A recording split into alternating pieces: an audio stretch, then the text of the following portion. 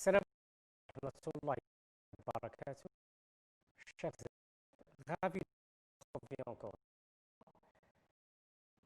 Avant d'avancer votre attention, je vous souhaite bonne chance.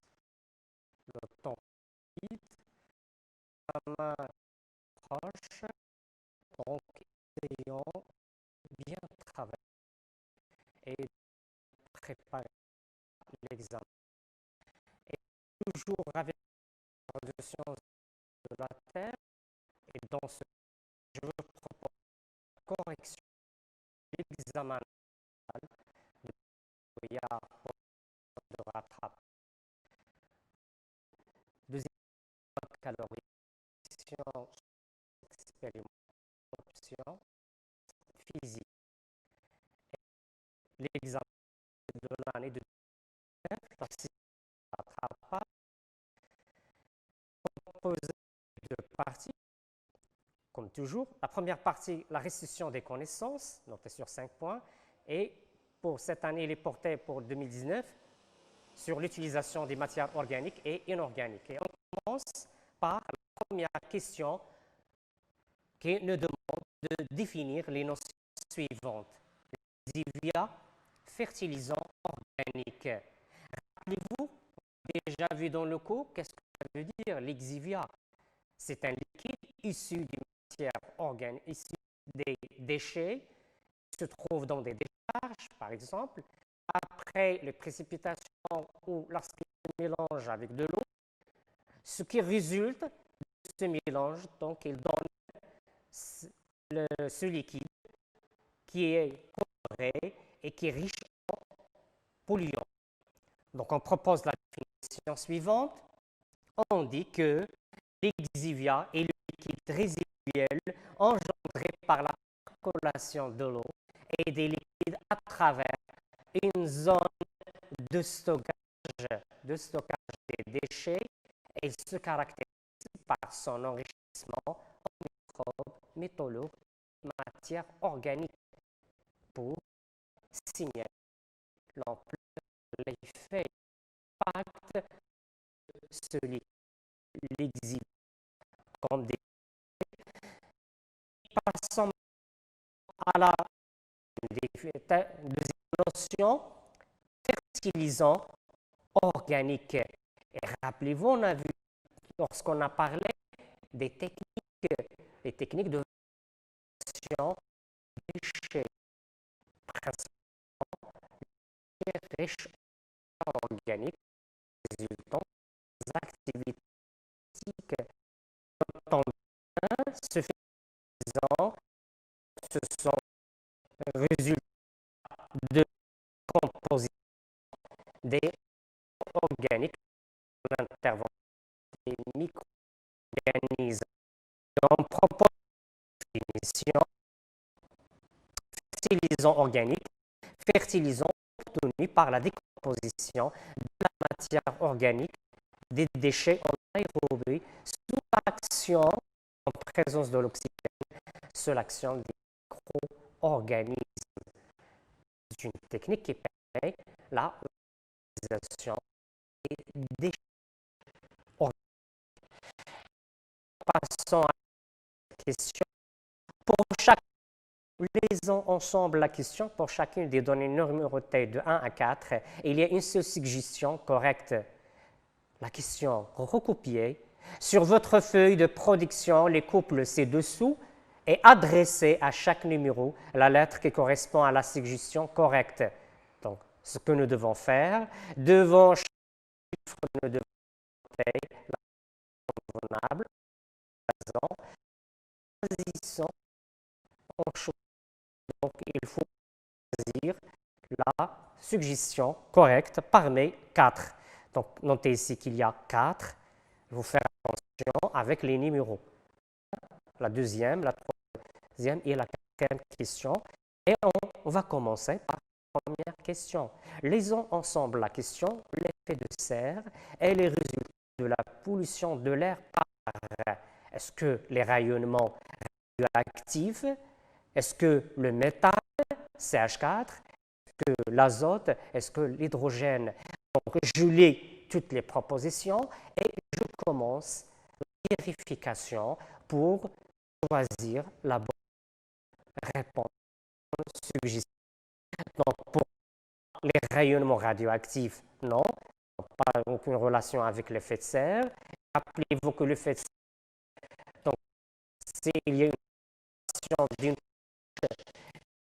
des gaz constitue un obstacle de la propagation des rayons qui les pieds sur la surface augmente la température de la Terre.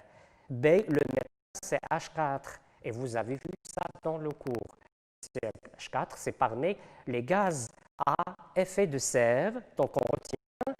L'azote n'a pas l'effet comme le CH4. L'hydrogène, non. Donc, la seule proposition qui est correcte, c'est B. Et on note, c'est B comme réponse. La suggestion pour la question 1. Maintenant, à la question, l'eutrophisation des lacs résulte de quoi?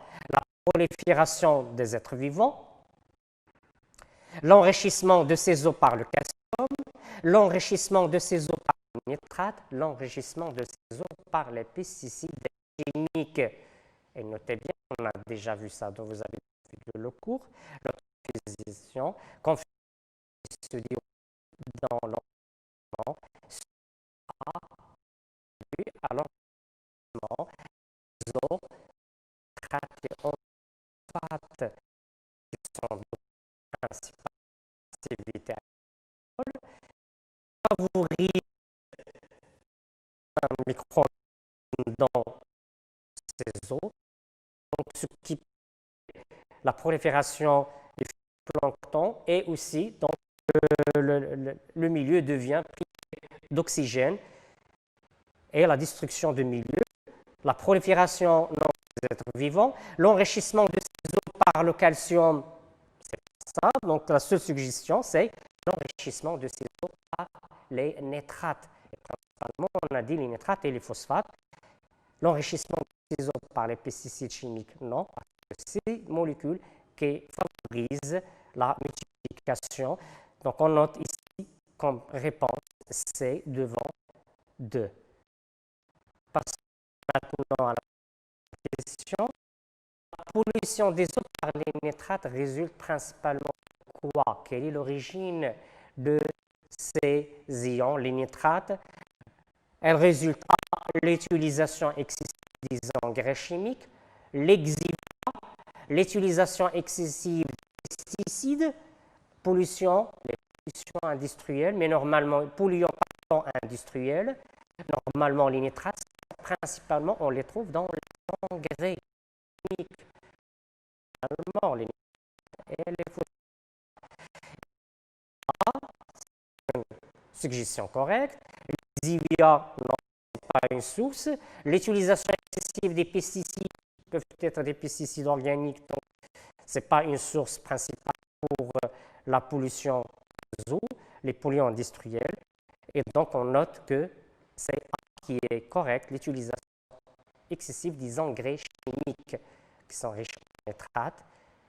Et on note comme réponse la lettre A devant 3. Passons au 4e, radioactivité B. Notons concernant la partie, le 3e chapitre, concernant la radioactivité, ne fait pas partie du programme pour cette exceptionnelle. Vu la situation, cette pandémie, vous n'avez donc la majorité n'arrive pas à couvrir mais la piètre, donc exclut, vous n'avez pas partie sur la réalité et sur l'évaluation de la qualité du milieu. Notons ici la réponse pour les déchets radioactifs de type B parmi les classes radioactives. Ici la réponse c'est pour faible activité radioactive de vie. Et on note, si on trouve la suggestion correcte, la lettre D, vu que c'est une classe qui par cette activité faible, une durée très longue. Passons maintenant au troisième. Recopiez le numéro de chaque suggestion et écrivez devant chacun d'eux vrai ou faux. On commence par la première suggestion. Le biogaz résulte de l'oxydation des déchets organiques sous l'action des micro-organismes. Le biogaz, c'est un gaz biologique d'origine qui l'utilisation organique, l'oxydation des déchets organiques, donc des matières organiques, sur l'action des micro-organismes. Et vous l'avez vu ça, le cas par exemple de la biométhanisation, la production de méthane, l'invention des bactéries comme de méthanes. Donc, c'est un exemple, donc c'est vrai. On note que c'est vrai pour cette suggestion. Passons à la deuxième suggestion. Les pluies acides résultent de l'interaction de l'eau atmosphérique avec le complexe CFC. Et rappelez-vous, le CFC, c'est un groupe de molécules chloro-fluorocarbone. On a déjà, si vous vous rappelez bien, les CFC, vu dans le cas que vous avez parlé de zone, le réel principalement le chlore détruit l'ozone, en agissant d'une réaction autre ozone qui permet la destruction de ce gaz dans la nature et nuisant à la destruction d'ozone. Une division trop de couches, mais n'a pas de relation avec les pluies acides. Normalement, les pluies acides, vous l'avez vu qu'il y a des molécules chimiques. Les acides, l'acide carbonique, les acides sulfuriques sont pareils, les molécules issues de la pollution qui conduisent aux pluies acides. Et donc, pour cette suggestion, les pluies acides de l'interaction de l'eau atmosphérique avec le complexe CFC, c'est pas vrai, donc c'est faux. On note que la proposition est fausse. Troisièmement, l'amincissement de la couche d'ozone résulte de l'interaction des oxydes du soufre avec les molécules d'ozone. Il ne faut pas se précipiter, chers élèves, il faut bien lire la question. Parfois, on trouve que la suggestion comprend une partie qui est alors la partie correcte. Il faut bien toute la position assurer qu'elle est correcte.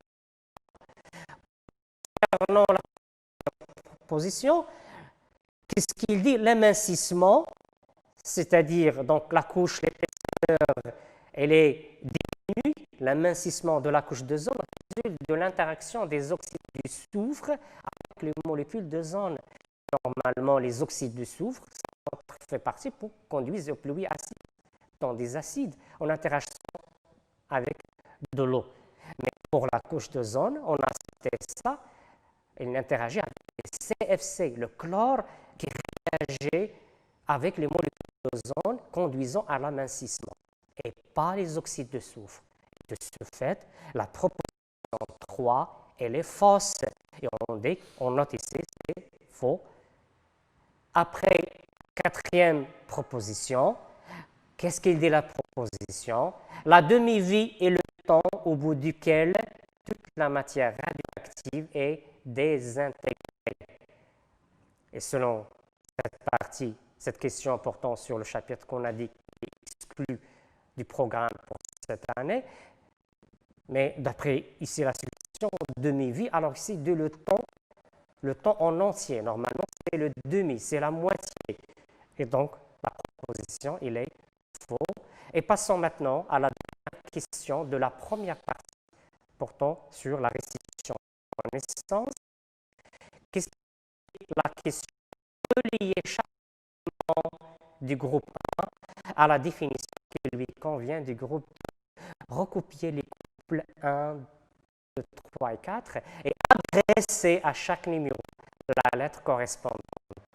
Notez bien que cette question elle est en relation avec le dernier chapitre, le quatrième chapitre de l'unité d'utilisation organique et inorganique. Aussi, ce chapitre ne fait pas du programme. On va essayer de le corriger aussi. Donc, 5, c'est un paramètre qui permet de caractériser, d'évaluer la qualité de musicalité des BO5. C'est la demande biologique d'oxygène. La demande, c'est la quantité d'oxygène nécessaire pour détruire la matière, pour oxyder la matière organique par l'intervention des micro-organismes au bout de 5 jours. Biologie, c'est un indicateur qui mesure aussi les espèces qui sont soit sensibles, par exemple, sensibles à la pollution. Signifique pollution ou des organismes résistants se développent au milieu des indique le milieu et les l'indice biologique de la qualité du sol, c'est DCO, la demande chimique en oxygène. Donc, on les éléments du groupe 1 et on passe au deuxième groupe, indicateur de l'état du sol basé sur le peuplement des macro-invertébrés. Ça est en relation avec le sol. Ici, S, indicateur qui explique la demande en oxygène nécessaire pour l'oxydation biologique par l'intervention des micro-organismes de la matière organique dans un milieu, dans un litre d'eau pendant 5 jours en obscurité. 5 jours, et donc évidemment, c'est B. L'indice après, c'est indicateur qui exprime la demande en oxygène nécessaire pour l'oxydation chimique de la matière organique dans un litre d'eau. Donc, c'est chimique, c'est la demande chimique. Indicateur d'estimation de la pollution des eaux basé sur son peuplement en invertébrés aquatiques, des espèces des invertébrés. C'est ce qu'on a signalé ici, IB. Et donc, pour B, c'est D, puisque indicateur d'estimation de pollution en relation avec les invertébrés. Pour EBQS, on a signalé ici l'état du sol. Donc, il faut chercher diminution en relation avec le terme utilisé A.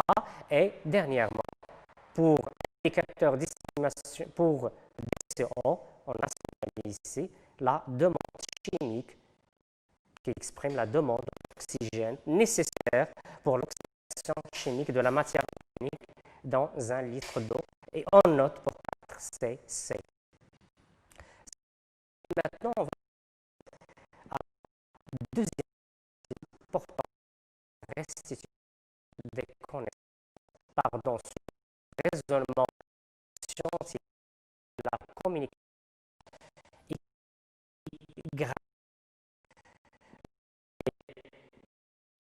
Cet examen, il comprend 3 exercices, chacun noté sur 5 points. Le premier exercice comprend des questions en relation avec l'unité de consommation de la matière organique et le flux d'énergie. Donc, on jette un coup d'œil sur toutes les questions. On lit toutes les questions avant d'entamer la question, donc les réponses. Deuxième exercice comprend des questions portant sur l'information génétique, sur la nature de l'information génétique et de son expression, transmission de l'information génétique au cours de la reproduction sexuelle. Il y a des croisements, Il nous demande la relation caractère protéine, gène-protéine, les croisements pour étudier en appliquant les lois de transmission de caractère héréditaire. Et troisième exercice portant sur la géologie, les phénomènes géologiques accompagnant la formation des chaînes de montagnes. Et notamment maintenant l'exercice 1. Et toujours, on commence par la lecture attentive de l'énoncé. C'est important pour se repérer et pour voir quel problème et l'objectif de cette facilité la trouver réponse question et l'exploitation des documents.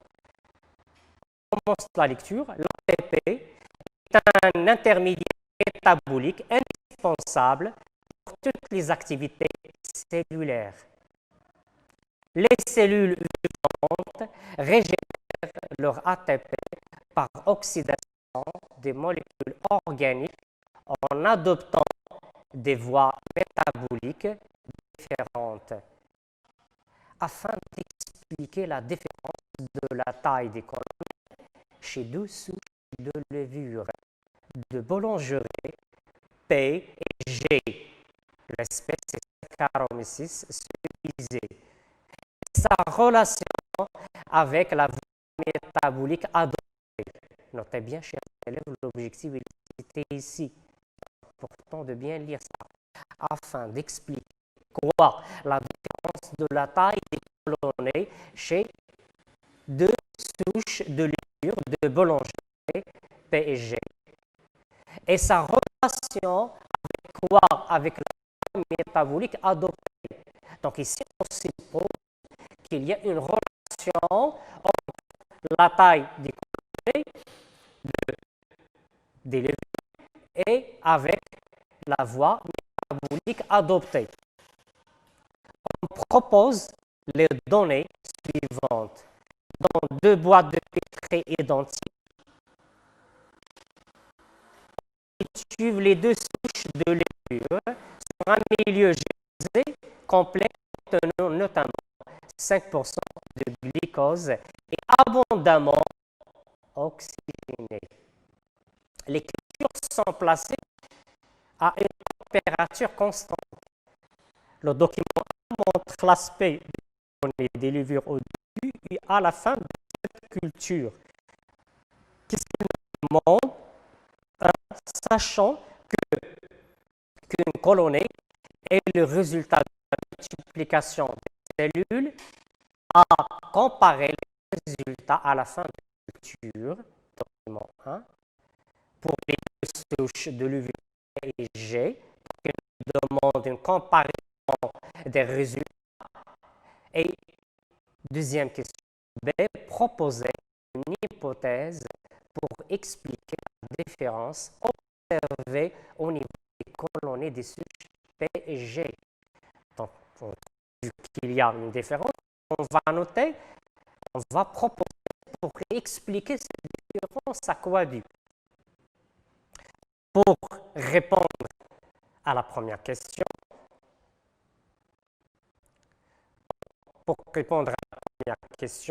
de comparaison, donc notons bien, on peut dire concernant la comparaison ici, donc vous voyez dans les deux couches, donc les boîtes de Petri, donc les conditions sont idem, sont les mêmes.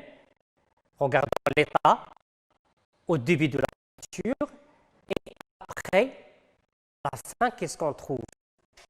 Notons bien la taille de ces cercles que vous trouvez ici. Vous voyez, ici on voit qu'ils sont de petite taille, alors ici ils sont de grande taille. Donc, notons qu'on se demande de comparer, la comparaison suggère s'il y a donc en réalité ce qui est commun différent entre les deux. Ce qui compte, c'est qu'on trouve que les deux souches se multiplient, voyons, donc il y a une multiplication, vous voyez qu'on trouve des colonnées, mais la différence, il y a une multiplication, mais la différence réside au niveau de la taille. Il y a une multiplication dans la souche P, mais la taille, elle est petite, de taille. Alors ici, dans la souche G, on trouve qu'ils sont de grande taille. On note ça pour répondre. Les deux souches P et G se multiplient et forment des colonnées, ce qui est identique. Deux tirets concernant ici la comparaison. Et deuxième tiret, la différence, c'est que la taille des colonnées de la souche G est plus grande que celle des colonnées de la souche P. Notez bien ça dans la comparaison. Donc, il faut bien observer et situer et identifier les similitudes et les différences. Maintenant, passons à la deuxième question. Donc, qu'est-ce qu'il dit la question? C'est B il nous demande de proposer une hypothèse pour expliquer la différence observée au niveau des colonnes des souches P et G. Pour expliquer ça, qu'est-ce qu'on peut proposer comme hypothèse? Notez bien ça. Donc, ici, on revient sur les conditions de départ. Qu'est-ce qu'on a mis? Donc, on a prélevé les souches. Et dans les souches, donc on a les cuvées dans un milieu gélose et complet contenant notamment 5% de glucose et abondamment oxygéné. Mais on a vu qu'il y a au niveau de la fin de P multiplement de façon faible par rapport à la souche G qui se multiplie grandement comme de grande taille. Et notons ici qu'on a déjà proposé, donc il faut revenir sur l'énoncé, on a déjà dit que afin d'expliquer la différence de la taille des colonnées, de souche de levure et sa relation avec la voie métabolique. Donc l'hypothèse normalement qu'on va proposer, il faut être en relation avec ça. C'est-à-dire on dit que c'est la voie métabolique qui est derrière cette différence et des résultats. Et peut-être que la souche, qu'est-ce qu'il a utilisé? Et rapidement, lorsque vous avez parlé mais les voies métaboliques, il y a deux types. Il y a la voie aérobique par la respiration, qui donne un nombre élevé d'ATP, et la voie de fermentation anaérobie, qui donne un nombre faible d'ATP, qui va limiter la croissance des données de cellules.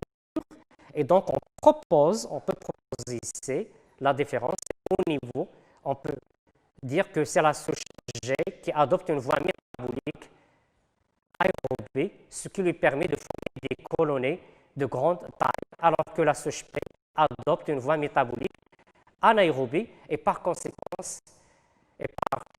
ces colonies restent de petite taille. Maintenant, donc on a proposé les hypothèses concernant cette différence. Soit une voie aérobie, ce qui a donné, donc on accepte l'hypothèse qui relation très bien la relation entre la voie métabolique, la croissance et la multiplication de ces levures. On continue pour expliquer la différence observée et sa relation avec le métabolisme cellulaire. On peut s'assurer de notre réponse. En continuant, ça permet de vérifier. On peut on s'auto-évalue. Donc, ça nous permet de s'assurer concernant notre réponse, est-ce qu'elle est juste ou non. Donc, il confirme vraiment que notre hypothèse il est juste.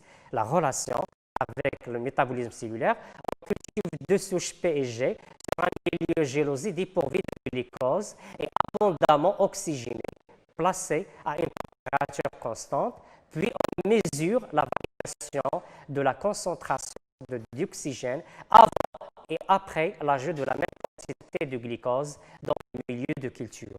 Les résultats obtenus sont représentés dans le document 2 que vous voyez.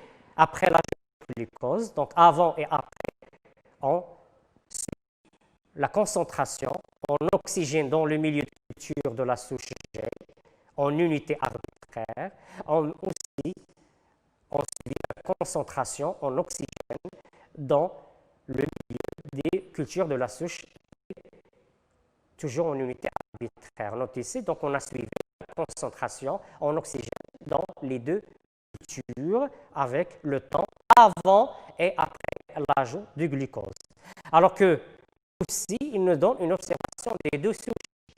Qu'est-ce qu'on trouve ici? L'observation des deux souches de l'hygromicroscope électronique à la fin de cette expérience a permis d'obtenir les résultats présentés dans le document 3. Donc, ils ont schématisé, on a schématisé l'observation microscopique.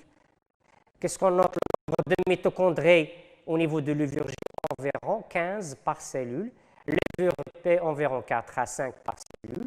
Et voyez bien la forme, l'aspect comment il est, les mitochondries ici de grande taille par rapport ici. Donc, il y a ici l'absence de ce qu'on appelle les crêtes.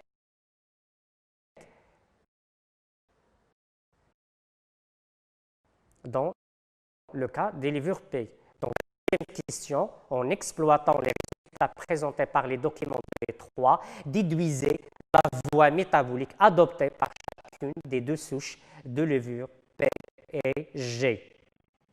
Pour répondre à cette question, qu'est-ce qu'on peut dire? On note qu'il y a une diminution. Donc, avant l'ajout du glucose, la concentration, les fluctuations, généralement il est constant, même chose ici. Mais on voit, dès qu'on ajoute le glucose, la concentration en oxygène dans la souche G diminue. Alors que dans le cas de la souche P, même après l'ajout du glucose, la concentration en oxygène reste constante avec le temps. Et on exprime ça. Donc, une diminution de la concentration après l'ajout du glucose en milieu de culture. Au niveau de la souche P, la concentration en oxygène reste constante. Ça veut dire n'a pas été consommée par les levures dans le cas de la souche P. Et maintenant, on va passer, donc on continue toujours avec l'exercice.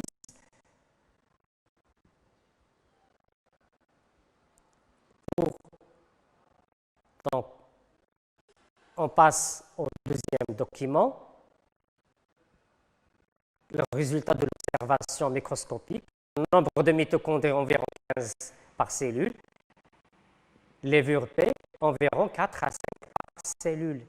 Donc, on voit ici que le nombre de mitochondries est plus élevé dans le cas de levure G, qu'on a enregistré la consommation d'oxygène par levure P. Le nombre de mitochondries. La même chose, la taille des mitochondries, elle est de grande taille dans le cas de levure G. Par rapport aux levures, et on trouve qu'il y a de taille, absence de ça. Donc, c'est des mitochondries qui sont bien développées et sont nombreux, alors que dans le cas de levure sont peu nombreuses et sont de petite taille. Donc, notez bien le nombre et la taille qui diffère entre les deux, ce qui permet de dire relation c'est ce qui la voie métabolique adoptée par les UV par rapport aux liaisons de l'oxygène. Et on voit des métaux qui sont nombre et bien fait de forme bloquée. C'est une cas, par exemple, la définition qu'on a par respiration. La respiration fait les métaux.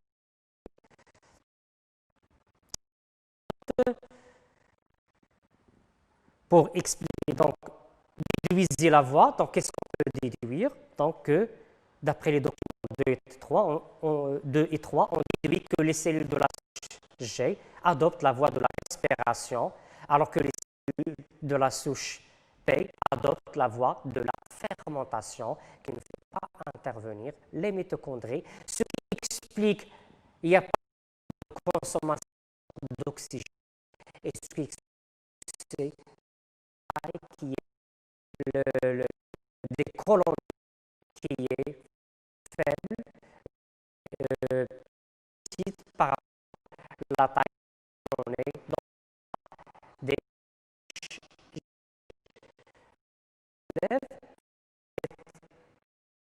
première.